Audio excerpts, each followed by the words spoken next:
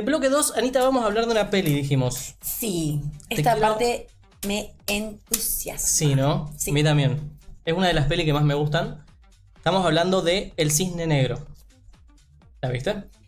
Yo la vi hace muchísimos años y voy a aclarar esto a la audiencia para que no piensen que soy una persona que no me informo. Pero bueno, es una peli que vi hace un montón de años. Entonces hay cosas que no me acuerdo tanto, pero tengo ahí como dejos. Pero acá el experto nos va a traer toda la información que necesitamos para este momento. Gracias por lo de experto, no lo considero, pero sí es una peli que habré visto unas 3-4 veces en mi vida. Yo me quedé manija cuando me dijiste, pero la voy a ver después porque hashtag, chicos, yo soy mamá. No la pude ver. El Cisne Negro, 2010. ¿Ah, 2010 es? Pensé que era más vieja. Tiene sus buenos años. El Cisne Negro arrancó quizás creyéndose que era una peli más de una bailarina. La historia típica de la evolución del héroe, y no lo era. Era un thriller psicológico donde relata por ahí la historia de una chica, no de cómo consigue su puesto, el puesto deseado. Eso me acuerdo. Sino cómo se va destruyendo por dentro para conseguir esa perfección que ella anhelaba como si fuera realmente lo primordial en su vida.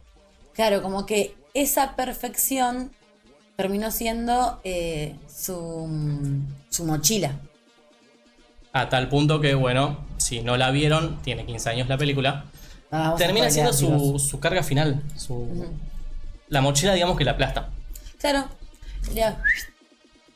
Y me gusta esta peli, ¿sí? Quería hacer un comentario por el tema de la peli también. Convengamos, así como para que tengan ahí una idea más presente, que trata de una bailarina de ballet, todo lo que tiene que ver con el teatro, ópera y todo eso.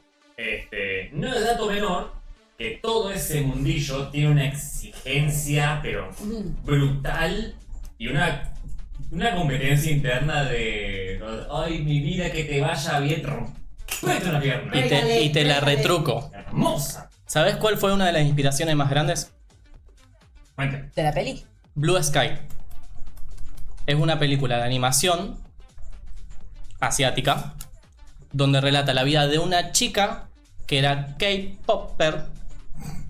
O sea, ya te da que los K-popers son como... están a la altura del ballet, constantemente exigencia, exigencia, exigencia. Y pasa una trama parecida. De hecho, el autor del Cisne Negro sigue diciendo que no fue una inspiración. Pero vos ves las dos películas y hay un montón de cosas en común. Igual, mirá qué loco, esto que estamos hablando, como desde el giro psicológico que tiene la peli, y nosotros la traemos acá a este programa, porque ella lleva la perfección intensa, al extremo. Sí. Fíjate que ella busca tanto, anhela tanto esta perfección, que se sobreentrena a tal punto de dañarse. Y aún así seguir.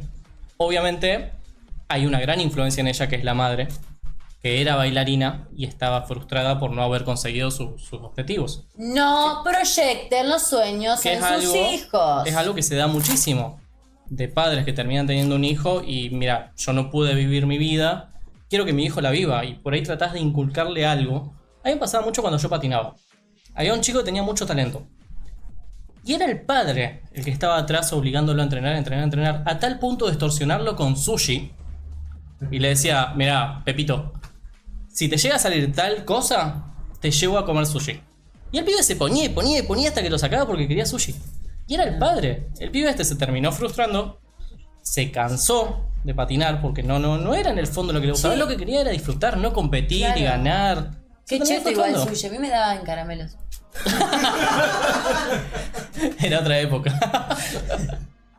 Pero sí, bueno, vamos un poco a la peli. La peli cuenta la historia de Nina. Sí. Nina es una persona, como vos decís, que busca la perfección constantemente, que tiene 27 años, pero tiene una vida de una nena Eso de te 15. iba a preguntar, ¿cuántos años tenía? Porque era grande ya. 27. Sí. Pero vos ves la habitación de ella y es toda colorida, con mariposas. Sí, toda adolescente. Mariposas, que no es casual que estén en esa película que habla de la transformación. Punto ahí. Nina está muy sometida por la madre, esas madres por ahí protectoras, pero al extremo de asfixiarla. Tacu. Y bueno, a Nina se le da la oportunidad del papel que siempre quiso, que es la Reina Cisne, pero esta vez es una edición especial y lo que van a hacer es, bueno, la artista que interpreta al cisne blanco va a tener que interpretar al cisne negro, que es su gemela malvada, que es completamente distinta. Tanto en música, tanto en los pasos, tanto en la personalidad, en todo. Encima, en el arte, es como que vos podés interpretar un papel, pero juega tanto tu personalidad. Sí, por supuesto. Porque no es o sea, porque es así, porque no es un copia y pegue o hay que hacer esta coreo y hacemos toda esta coreo. Es que cada uno va a poner su impronta y eso le va a dar vida a la obra. Lo terminás sintiendo. Bueno, de hecho, Natalie Portman para este papel tuvo que bajar 10 kilos. Y estaba Y esquelética. a lo que voy es que por ahí uno, lo que vos decís, un actor se pone tanto en papel que termina viviéndolo en carne propia. Y de hecho hay muchos actores que terminan medio cucú después de un papel intenso, de un papel fuerte. Porque lo absorben tanto para poder hacerlo bien, para poder hacerlo perfecto. De hecho, ¿Te le termina pasa, pasando esto? también le pasa a Facu. ¿Ah, sí? ¿Te acordás cuando hablábamos del acertijo que decías como que había que... Aún no eras vos. Pará, ¿qué cosa? Porque creo que Sí, sí. porque hablábamos del Joker, entonces te acuerdas que ahí fue la pregunta que te hicimos que, bueno, vos estando en papel del acertijo, ¿cómo lo sentías? Ah, Si alguna para, vez te había pasado de que el personaje le gana a la persona. para más información sobre de qué estamos hablando, remítanse a la entrevista que está subida en el canal. Entrevista a mi persona y recuerden que también está la entrevista a esta señorita hermosa, que se subió más recientemente. Sí, pará, repetime la pregunta. Te hablamos esto de que el artista, cuando está entrenando un personaje o lo está creando, no es un copy-pegue, no es que le des algo y está, o te vas, si es algo que está repetido, copias lo que hizo otro actor. Juega mucho tu personalidad y tu impronta, y que esta piba, en la peli, tiene que hacer 2 papeles que son opuestos. Ahí yo te voy a decir lo que pasa en mi caso en particular, que creo que es lo mismo que termina pasando en la peli, o el objetivo, es tomar lo que un personaje es o hace y integrarlo. Creo que la palabra correcta es integrarlo a lo que vos podés hacer dentro de tus límites también. Y ahí es cuando se pone complicado, porque es como que haces un mashup entre lo que aspirás a poder replicar y lo que también sos vos con tus limitaciones y tus modismos y todo eso. Ay, perdón. Voy a hacer como Anita. Hago tu musiquita. Es que yo soy más cortita. Sí, No, de hecho, bueno. queda como que se corta el pelo de Facu. La altura. Bueno, se le da esta situación de, loca, a ver, si vos querés el papel que tanto soñaste. Porque el esta cisne vuelta te da- blanco lo hace muy bien. Sí, ella, a la perfección. demasiado. Y de hecho todo el mundo lo sabe. Pero bueno, tiene este desafío y, a ver, vos querías esto, mirá. Tenés esta dificultad ahora. ¿Cómo vas a hacer para lograr superar este obstáculo y conseguir lo que tanto querés? Y ahí es donde entra en juego el core de la película en sí. De cómo ella primero, para tratar de conseguir el papel, busca y se le terminan dando ciertas situaciones como para demostrar que realmente ella puede hacerlo. O ella tiene la intención de hacerlo. Como por ejemplo, porque del otro lado tiene una rival que es claramente un cisne negro. Es completamente sí. despreocupada, vive la sexualidad libremente, es perfecta en su imperfección, como dice el director de la escena. Que ella la ve y dice, wow, si yo no me pongo las pilas con esto, ella va a ser la reina cisne, Y me va a no ganar. yo. Y es donde entra por ahí este delirio en su cabeza o trata de forzar cuestiones que quizás llevan mucho más tiempo realizarlas y que es sano realizarlas. Pero ella la fuerza de tal forma que termina rompiendo en sí la psiquis de ella para poder integrar esto que ve. Lo lleva tan al extremo que es algo que ella hacía, que a la vez también pensá esto, una persona de 27 años no desarrollada, o sea, sin desarrollo No. personal, Ujú. porque aunque tenga 27 años, vive como alguien de 12. Sí. Entonces se juega la adultez con la vida de un niño. O sea, no es una niña, claramente, pero No es una niña quizás físicamente, pero emocionalmente y mentalmente sí. pensé que no sé, me mientes tanto. Pero No, bueno, no. Me quedé pensando justamente en esto que hablaban de la película, que está muy marcado, que también lo hablábamos en el programa pasado de Halloween, que hicimos un poco la psicología del terror de Ed Gein, ujú. de todo lo que la madre le reprimía. Claro. Es un poco también este caso llevado a una mujer, de que la madre, eso de esforzarla y reprimirla y que no pueda integrar ni vivir su deseo, también la llevó a la cúspide de la locura. A ver, yo quiero hacer una pregunta acá al team Alacrán. Ujú. Con ese caso en puntual, ¿no? Salgámonos un segundo de la película. Sí. Respóndanme, ¿qué pasa con todos ese entorno que la película plantea de represión, de venir, de quedarte, de estar, de mejorar, de ser perfecto? ¿Qué pasa cuando todo eso te contiene, te abruma tanto hasta que pasa lo que pasa en la película? En el caso puntual, real, ¿cómo reaccionan ustedes? A mí me pasa en lo personal, es que yo estoy, pero yo trascendí, yo transmuté, yo soy mariposa, a mí me pasa, a ver, nunca nos dejan de pasar cosas en la vida, ¿no? Porque para mí el quid de la cuestión acá, cuando uno habla de desarrollo personal, no es que vos generás algo que nunca más te enojás, nunca más te pasa nada, nunca más nada te frustra. No, sí, te repasa. Y probablemente te pase más porque sos más consciente. Pero tenés herramientas que no te dejan destruirte. Porque te regulás, ¿me entendés? Voy a dar un ejemplo. Yo cuando estaba en la facultad, un día rendí 3 finales seguidos. Uno a la mañana, una a la tarde y uno a la noche. El primero lo pruebo con 10, el segundo lo pruebo con 9, el tercero lo pruebo con 8. Y me agarré una chinche, una bronca. Tenía ganas de llorar, ¿me entendés? Yo, no sé, estaba pero todo así. Porque lo único que hacía era estudiar. No iba a los cumpleaños de mis amigos por estar estudiando así muy friki. Y era un 8, no es que desaprobaste. ¿Me entendés? Y había rendido 3 finales en un solo día. Pero para mí no era suficiente. Y yo era capaz de dormir 3 horas, no comer, no ir a ver a mis amigos, no ir a los cumpleaños, no festejar... No, festejar mi cumpleaños nunca lo voy a pasar. Pero sí estaba como... no disfrutando la carrera. No había nadie Claro. que me corría. Un nivel de autoexigencia extrema. Asqueroso. Yo he pasado un poco, no por ahí esto de la sobreprotección de un padre, pero yo siempre desde chiquito, quizás por comparación de lo que era mi hermano, era ¡ay, qué distinto! Mirá qué bueno que terminó siendo Nico en comparación al otro. Entonces yo, desde chiquito viví eso de Nico es re bueno, Nico es inteligente, Nico no se porta mal, que se me terminó generando como una esfera de yo tengo que ser el mejor, tengo que ser bueno, tengo que ser inteligente, tengo que tener todos 10, pero por algo propio, a mí se me generó. Quizás por el factor externo, no hablo de familia, hablo de todo el mundo que nos conocía a los dos, era marcar la diferencia de Ay, qué bronca me da esa gente. el bueno y el malo. Debo ser ¿Sí, siempre Aye? el mejor. No, Mejor que nadie más. Atrapala si Te te escucho. daré. y a esto que dice Nico, todos tuvimos alguna madre o algún padre tóxico. Y a mí me pasaba mucho en esto de la autoexigencia, de que mi vieja era fiel creyente de que conmigo fue con quien mejor le hicieron las cositas. Entonces siempre fue si Ayelen Si se así la hizo equivoca, siempre fue si Ayelen se equivoca es de mala. No es porque no sea capaz, es como que yo soy capaz de todo en la vida, entonces si me equivocaba en algo era de forra.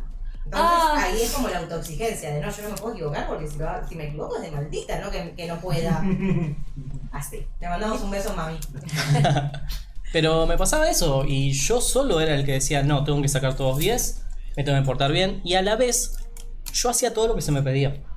Era, tenemos que ir al cumpleaños de tal persona que yo no junaba y sabía que iba y le iba a pasar mal y le iba a padecer por estar 4 o 5 horas en un entorno que yo no conocía a nadie. Claro. Y yo iba y lo hacía porque era lo que estaba bien.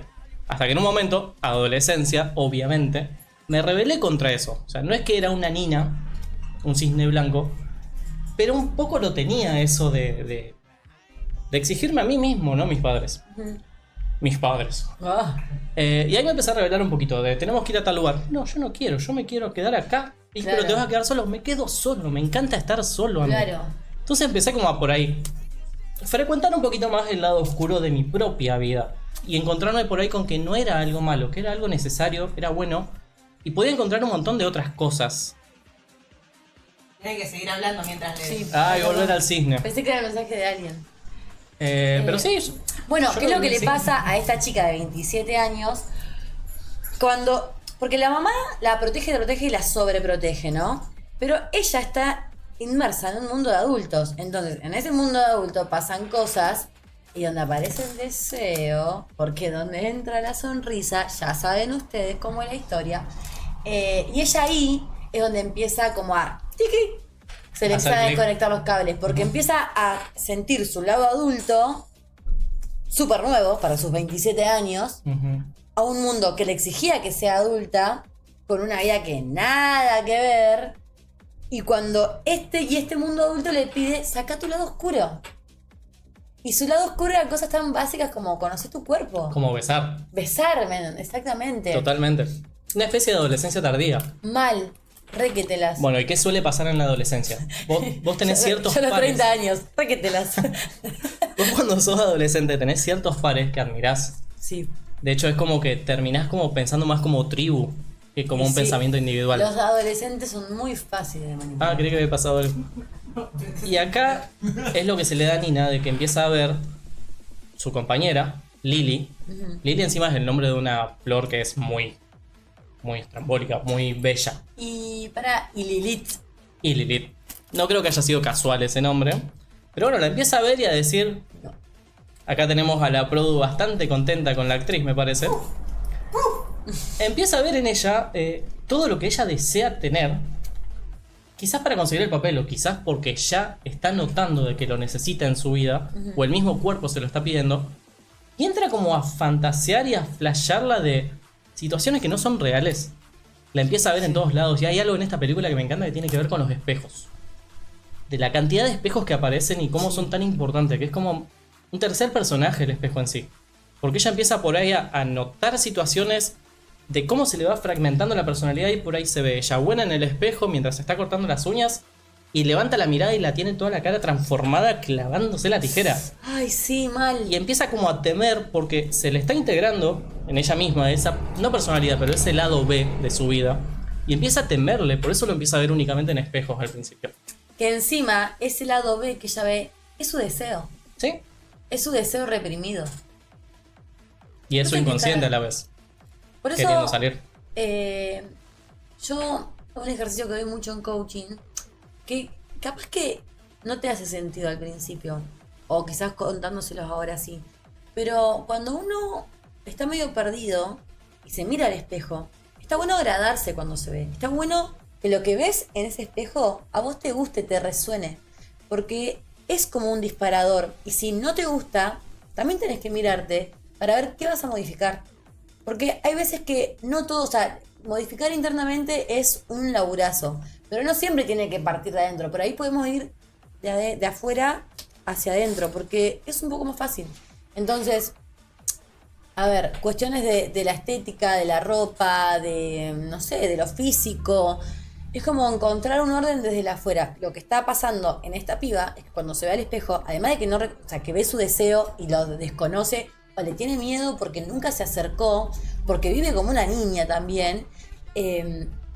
Eso, ve a una niña en el espejo. Ella está en su casa y ve esto, el tapizado, la mamá peinándola, o la mamá cortándole las uñas, como que se está bañando y es su cuerpo. No tiene privacidad. Exactamente, no es una persona que se quede como con su imagen íntima. Es muy loco, eso, pero muy fuertes, muy fuertes. Muy fuerte, pero no es tan lejano de la realidad. Creo que hay muchas personas que pasan eso.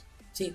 Y Es después como- lo vemos quizás retratados en ciertas personalidades que terminan llegando a ser famosos por una película o por ciertas acciones que tomaron que no eran muy buenas para la sociedad, que lo hablamos el programa pasado, eso. Sí.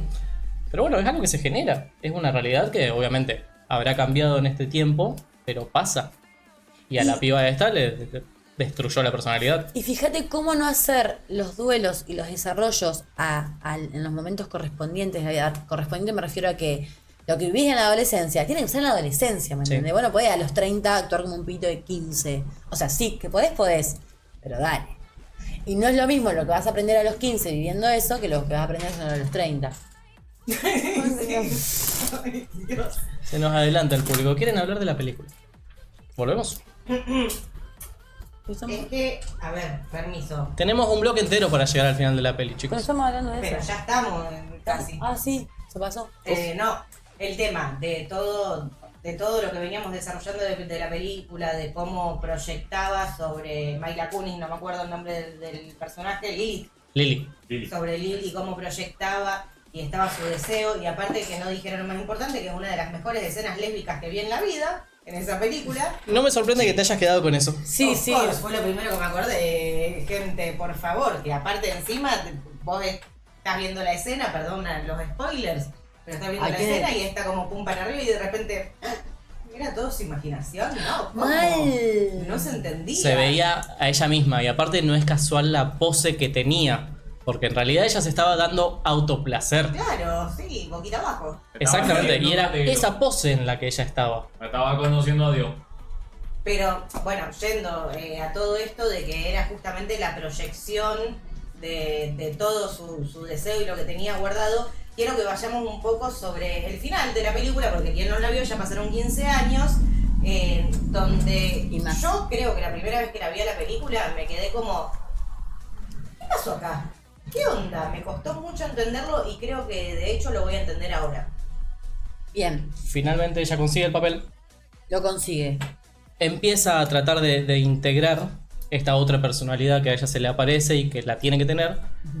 No lo consigue hasta el acto final, donde ella interpreta lo que tiene que interpretar. Pero El todo cisne esto- blanco, sí. A todo esto ya venía con un montón de alucinaciones, Uf. como muy disociada del mundo, se rebela contra la madre, Sobre todo eso. porque a todo esto Lily un día la saca de parranda y se rebela contra la mamá y se va, y ahí empieza como el rechifle fuerte, porque ya venía, porque imagínate, los 27 años era así. Termina teniendo el acto final, donde no es casual que en la parte del cisne blanco, que era lo que ella bailaba perfecto, lo bailó mal. Y el Ah, que se cisne cae, me se acuerdo. trastabilla y se cae en el cisne blanco, que nunca le había pasado. Sí. Y el cisne negro lo baila con tanta gracia y con tanta belleza que la gente termina aplaudiendo de pie. No en el cisne blanco, en el cisne negro. Porque es la personalidad que ella tenía en ese momento. Y para tener el negro, ella tuvo que matar al blanco. Porque Claro. no podía conseguir los dos al mismo tiempo. No lo pudo integrar. Que era de lo que se trata realmente la sombra. De que la tenés que integrar, no negar y no convertirte en tu sombra. Nina, quizás por la influencia de la madre, que constantemente la traía a la luz. Y el poco tiempo que Luz. tuvo, sí, el poco tiempo que ella tuvo para hacer esta transformación que lleva años, ella lo tuvo que hacer en meses. Claro. Terminó siendo tan fuerte que sí consiguió la perfección, consiguió integrar este lado oscuro que ella tenía, esta sombra, esta... En realidad despertarlo. Sí, pero, O habitarlo. pero a costa de su propia vida. Porque como dice la frase final, lo sentí, fue perfecto. Sí, fue perfecto, pero fue efímero. ¿Y Claro. cuál fue el costo de que vos logres hacer esto? Que ya no existas más en este plano terrenal. Claro. Lo consiguió, sí, pero hasta ahí. Porque estaba polarizada, como que no pudo hacer No logró hacer la la unión. integración, o sea, el equilibrio. De esto es lo que hablábamos de Escorpio cuando trasciende el signo, que se convierte en águila. Porque el águila tiene que ver con eso, es majestuosa, vuela por los cielos, ¿me entendés? Y es un depredador, pero a la vez es algo maravilloso que tiene este mundo. Entonces, y no deja de ser alguien, un asesino. Pero, claro, ella, la loca enloquece cuando conoce su lado oscuro, que en realidad, en su vida, su lado oscuro era ser un adulto. ¿Me entiendes? Bueno, no es algo de otro mundo. Pero para alguien que no... Por eso también uno no puede juzgar tanto, ¿viste? La vida del otro. Pero en su caso, su lado oscuro era ser un adulto. Y ahí, en esa toma de... No sé si toma de conciencia, pero cuando empieza a polarizar su vida con la otra, dice... ¿Qué onda? Y de hecho, volviendo al escorpión, viste que hablábamos al principio de que es el único animal que se puede picar. Y ella, en su delirio, sácatelas. Y la que dura. Y gran bicotazo se pegó. Manu dice que en medicina se estudia cómo ciertas cosas pertenecen a ciertas etapas de la vida y actualmente se está retrasando. Cosas de la adolescencia que aparecen de repente en la adultez. Y de hecho también... Eso es cierto, pero es distinto cuando pasa en la sociedad a cuando pasa en una persona. Sí, pero también hay cosas que pasan al revés, tipo cosas de la adolescencia apareciendo en la segunda infancia, que ya no sería una segunda infancia, sino que pasaría a ser una preadolescencia. Bueno, conclu. Conclusión de lo que te habla esta película es que está bien tu lado blanco, está bien tu lado malo. Lo negativo es solo quedarte con lo blanco, solo quedarte con lo negro o tratar de tener los dos e ir equilibrando de un lado al otro. Lo ideal es amar tu lado bueno, amar tu lado malo y tener los dos integrados y decir, yo soy esto. Soy todo esto bueno que ves, soy todo esto malo que ves, o soy todo esto controlado que soy, y soy todo este descontrol y también es hermoso. Tengo todo. Esa es la verdadera integración. No nos vamos a poner filosóficos, pero la alquimia trataba precisamente de eso. Pero bueno, Anita, me encantó este bloque. Se alargó quizás un poco más de lo que pensábamos. Pero pasa que es un peliculón, porque cuando yo lo vi Y todo yo era lo que no chica. analizamos. Mal, yo cuando lo vi era chica y lejos de hacer esto no entendí un carajo. Pero ahora cuando me puse a ver, o sea, no la pude ver toda, pero empecé a ver cosas en internet, fue como, Esa, qué pedazo de película. Me encanta cuando tienen cuando son tan metafóricos. sí. Y me encanta que haya elegido esto que hablamos hoy, de que haya sido el área del ballet que es tan competitivo, que es tan fuerte, que es tan disciplinado. Fabuloso, La verdad que sí. increíble. ¿Estamos Muy como para ir a escorpiano. un bloque? ¿Se puede? Sí, a un corte, ¿no? Les quería consultar si no les había quedado alguna data o algo que quieran decir sí o sí, por las dudas, si estamos ok. Hay uno chiquito. Bueno, por eso les doy el espacio. El autor de Miren qué esta bueno. peli es el escritor de una otra peli que no me acuerdo el nombre. Me sale Eterno Resplandor de una mente sin retorno, pero no es esa. Es parecida. ¡Qué largo! Que estoy seguro que la viste. Son, ¿Director? sí. Son una historia de 4 personas distintas que tienen problemas de adicciones. Y relata cómo va siendo toda esa situación. Y es una peli muy cruda, muy buena, que a la gente le encanta. Y no sé cuál es. Lo tenemos ahí, Requiem por un sueño. ¿La viste? Bueno, la recomiendo y lo vamos a hablar en un bloque en otro programa. Llevan 2 pelis para ver. Tarea. ¿Listo? Seguimos. Un cortecito y volvemos.